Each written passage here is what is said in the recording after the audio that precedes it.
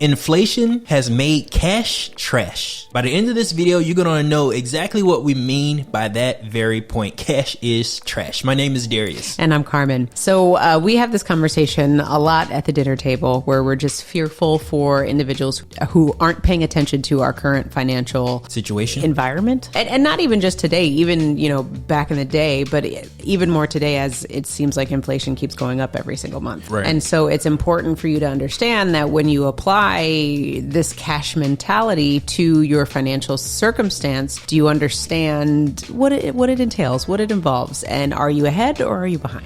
Right. And I think the first thing that inflation has done is it's made savings account irrelevant. Oh, that's a good one. Because think about how much money we earn in a savings account. We don't. We earn 0.1%. Mm-hmm. So with inflation, let's say inflation, I don't know what it's going to be by the time this video comes out, but right now, let's say inflation's at 7%. Mm-hmm. So how can you combat a savings account where you're holding your money for emergencies at 0.01% compared to 7% on a monthly basis? Yeah. That has made your whole savings account irrelevant. We do talk about a lot the fact that you need to have 6 to 12 months of savings. Mm-hmm. That doesn't mean that we're putting our money into our savings account. One thing that we discuss often is the fact that we use cash value life insurance policies so that in the event something happens to us, our family has a death benefit, right? Mm-hmm. But what we want right now is the fact that we have availability to cash. Mm-hmm. Now, let's say something happens to us with our life insurance policy. Let's say we don't have a life insurance policy and we have our 6 to 12 months of savings sitting inside of our savings account. Mm-hmm. They only get the amount of money that's sitting in our savings account. Mm-hmm. And if we leave that money sitting there for over a long period of time, years from now, it's not going to be worth the same thing. No, not at all. What we're able to do with that is we have a portion of our 12 months of savings inside of our whole life insurance policy. And when we need those funds, we borrow those funds in the form of cash or our cash value, borrowed from our cash value. Yeah, absolutely. So what that does for us is it allows us to have a multiple of our 12 months of savings and income and death benefit. And since we don't have emergencies often where we need 12 months of our savings immediately, that money isn't just sitting there. So we only keep like a small percentage of our actual emergency fund in our savings account. Yeah, and if you want to learn exactly what Darius is talking about and how we do that, then I suggest you click on the link below. You can join the Wealth Nation community and watch our masterclass so we can walk you through those little nuances so you can understand exactly what we're talking about. Now, I like what you were talking about, Darius, about the savings account being irrelevant because I never thought about it from that perspective. It is important that people understand that because I think the misconception when people hear us talk about cash value life insurance and us not necessarily keeping our money in the bank is they're thinking it's always going to be a one-for-one exchange. Mm-hmm. And it's never a one-for-one exchange because there's always a cost of insurance and we understand and we value the cost of insurance because of what it allows us to have at the end of the day. And that's exactly what you were talking about is where we have access to cash, liquid capital that we can use at our disposal. And it also gives us a multiple of our income, which we understand again that there's a cost associated with that. So a lot of times people come to us and go, wait, this doesn't make sense. You're talking about creating your own bank, but I don't have all the money in the policy. But yeah, it's like if you have $10,000 in your savings account and you have $6,000 in cash in a life insurance policy and a $600,000 death benefit, what's the problem? Yeah, and I think the conversation gets mixed up on for people who are new to the process or new to this idea of using cash value life insurance or leveraging cash value life insurance. They're just looking at the first year. We've already been past that stage where we have more than what we need for our annual income in cash value because we're a few years into it. Yeah, but I'm even coming from the perspective, and yes, you're absolutely right. Sometimes people just look at the first year on their whole life insurance illustrations and get derailed by that. But I'm more so looking at it as what is the leverage that you just created from moving your savings account? Because right now, what we just said with our savings account, if we had 10 grand in the savings account, we already know that that's not worth as much as what we think it is. But if we just move it to a different facility, then that allows us to have two assets at once for the cost of one. Mm-hmm. You know what I'm saying? So essentially, it's like we have to think about our money in different ways and how we can apply our money differently so that we can get the most bang for our buck to cover us in so many different ways. Right. And I think it also goes back to the testament of when people think about cash is trash. Cash is trash. It's not people think cash is trash. Yeah, these days the cash is king mentality and all of that. But again, it's just about applying your cash in ways where you can be most efficient and most effective with what you got. So talking about being efficient with what you have, what you should do is the cash that you earn, you should take that cash and buy assets. Because here's the thing. In the United States, about 20% of the population owns 80% of the wealth. Reason being is they own assets that are producing income for them. And what happens is over time, as inflation increases with us having our cash assets, or because cash is an asset, what happens over time is our money starts to dwindle.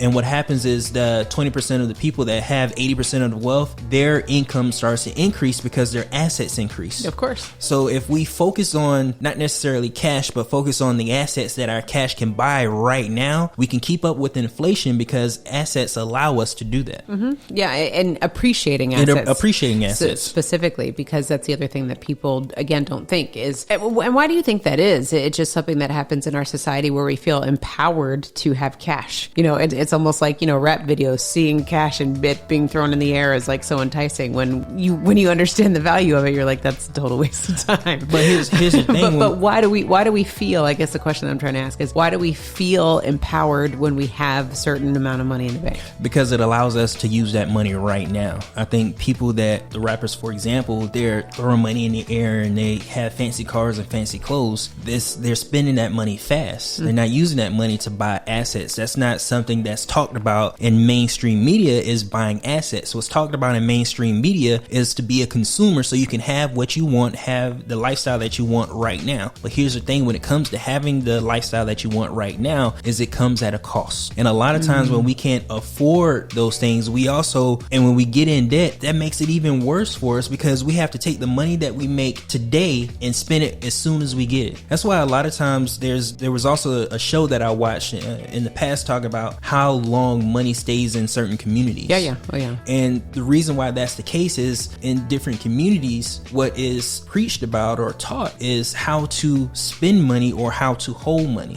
In the communities where consumers, money doesn't stay inside of our community very long because we're programmed to spend that money and have exactly what we want right now instead of putting off a little while so that we can have it in the future. Yeah.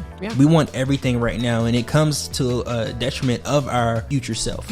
Preach. That was a lot that you said, and I hope that everyone understood that. Like it has to hit you, and if it doesn't hit you, we need to rewind what Darius just said back again so that you can hear it, because cash is no longer an asset. It was never really an asset, and especially now it's not an asset. But I'm just saying, again, putting it into that perspective, because I think we all go to work and we all have this notion that we're going to make a buck, right? And we're going to continue to make money. We'll put money in retirement accounts. We'll do a little investing. We'll do a little dibble-dabbling here and there, but we really have no context or no clue what's actually happening, nor what's coming down the pipeline 5 years, 10 years from now. I mean, nobody can predict the future, but are you even thinking about that?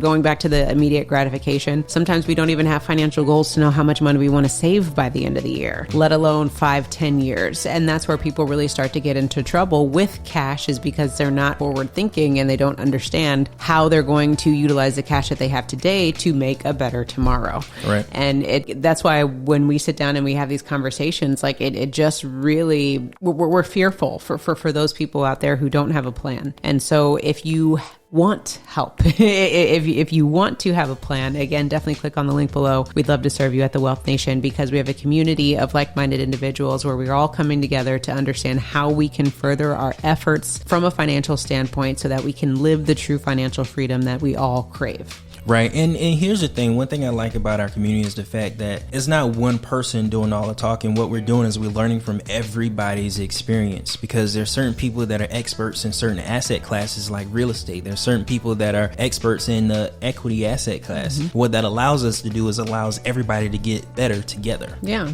And it's again, it takes a village, not just from a parenting standpoint, but it takes a village with your financial lifestyle, because you need resources, you need contacts, and you need need to have the education to know how to connect the dots. And if you're not able to connect the dots, don't be intimidated or fearful by it. Just start taking action. Start reading books. Continue to watch YouTube videos. Continue to listen to podcasts, because all it takes is for an idea to spark in your mind that will then challenge you to start looking things up, and then looking other things up, and then trying to figure out how you can be involved in that. So that's why for us, it's just making sure that you understand what you can do with your money. It's not just about going to work and saving. That is going to keep you broke behind if you don't understand how to leverage your savings to make more money for you. The savings is what we use to invest, because above and beyond what we have that we need for our 6 to 12 months of savings, everything else goes towards our investing. Yes. And our ability to leverage our cash to buy assets is what's going to allow us to keep up with inflation, because what inflation is doing is it's making everything around us more expensive except the value of our dollar.